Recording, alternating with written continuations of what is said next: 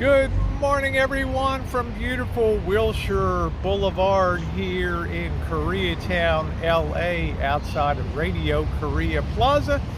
It is Friday, the 19th of March 2021, and a very short couple days. It will be springtime, and I am excited for that. Well, another channel terminated, and I have a few things to talk about that today.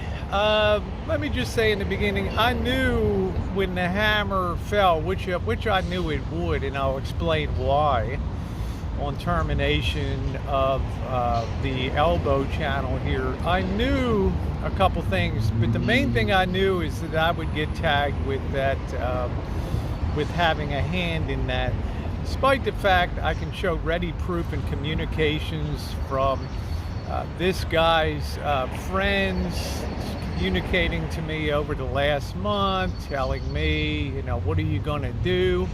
And I've expressed to these people and others that have asked me to be a party to do a YouTube termination. I'm not the YouTube police, and I have no interest. I'm a live and let live. As long as you're not talking about me and going after me, then I don't have any basis to do that.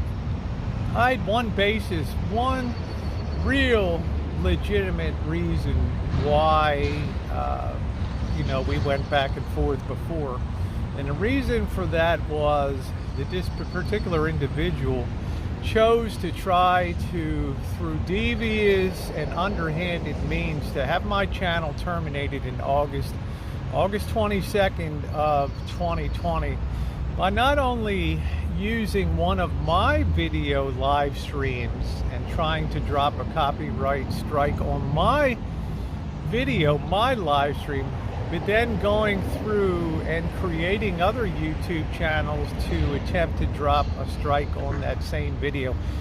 Well, it failed miserably, as of course it does, because yes, I do, due to the size of my subscriber base, and yes, I am able to contact YouTube, and I got that all squared away, and justice was eventually served on that channel. But beyond that, and as this person stated, it's the Hammurabi Code, the eye for an eye and the tooth for the tooth, and I'm the dirtiest player in the game.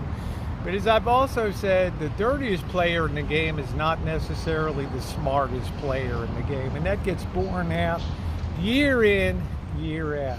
YouTube is not a place to host people that are misogynists, people that are critical of others continuously. YouTube is very sensitive to that these days.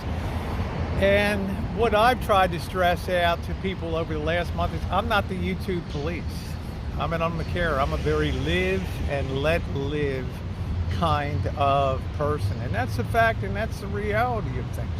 I feel like I settled the score with this person, and there was continuous communications from other people that were friends and other people that were concerned that the channel was back. And let's face it, there's probably hundreds of people that reported that channel for ban evasion and for coming back. And I made it quite clear to those people, and they have records of my private messages and things like that, where I've told them quite clearly, I don't have any intention in getting involved, and I don't have any intention of taking any action whatsoever, precisely because I'm live and let live type of person.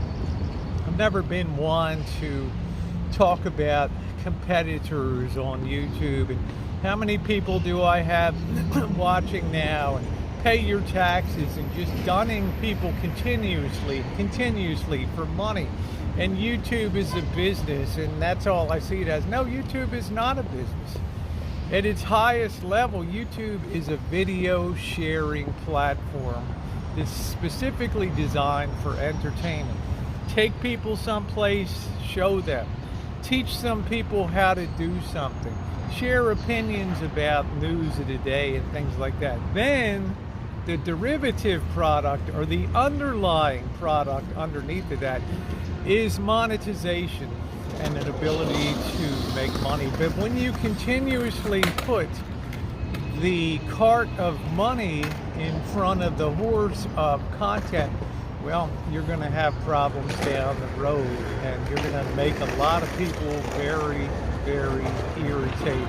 Bottom line, that's the bottom line. I've never had to talk about views. As I said, I've never talked about how many people are watching a stream. But with my views cresting over 20 million views on the channel, obviously I'm bringing content in a exponential multiple that this person could never dream of. Why? Because I try to engage people in a positive way and bring positive content and stay out of drama. Busy day here on Wilshire Boulevard. Now, as far as being sued concerned, I think it's very interesting because when you sign on to the YouTube platform and you decide that you're going to open a channel, you have terms and conditions that you have to abide by. And you cannot open your channel until you put the check mark there, I understand the terms and conditions of YouTube.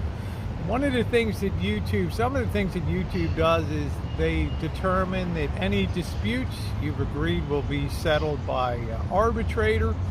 Number two, YouTube is called a self-policing platform, subscriber policing platforms.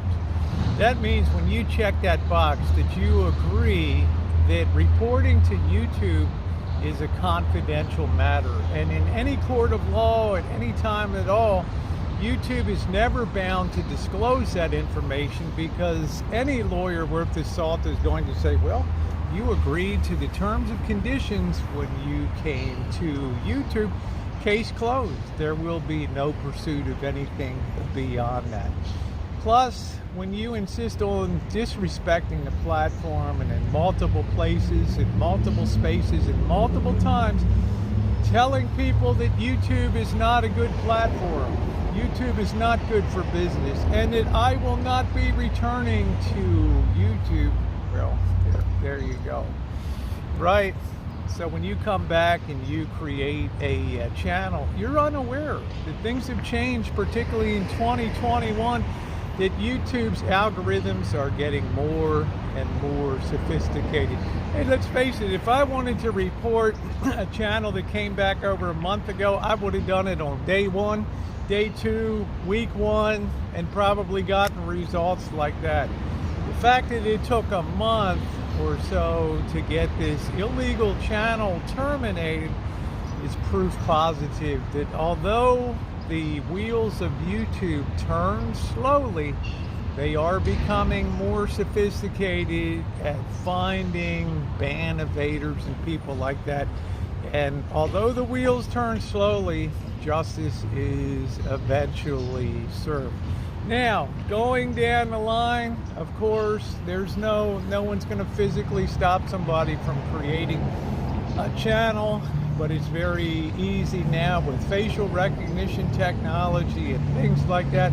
It's very easy, although probably time consuming for YouTube to weed out the undesirables here on YouTube. Remember this also. Remember this above all. People cannot terminate other people on YouTube. Let me repeat that. People cannot terminate other people on YouTube. YouTube terminates channels, not people that report them, because we know there's a lot of things that upset people in the way of YouTube, and they might push the report button. But unless something specifically violates YouTube's terms and conditions, they look at the complaint, the flag that comes in. If it's not appropriate to a violation, they push it aside and move on. What does that mean? People can't terminate YouTube channels. YouTube terminates channels. And that is the bottom line. So I suggest that you read the terms and conditions of your joining YouTube to see the way that YouTube protects its platform, particularly in a court of law. You don't get to be a multi-hundred billion trillion dollar company by having foolish lawyers draw up your contracts. They have the smartest lawyers that are available in California, constantly working and updating those terms and conditions for the protection of YouTube and also for the protection of people on the platform, that YouTube will respect the privacy and confidentiality of flaggers, and that creates a self-governing, self-policing platform which works to all of our benefits. So carry on, do what you want, show up in court in your shorts and flip-flops again, and it'd be a lot of comedy, I can tell you that. In the meantime, I do wish you all a great day, and thumbs up are appreciated, and thanks for being here on a Friday morning in mid-March. Thanks, everyone.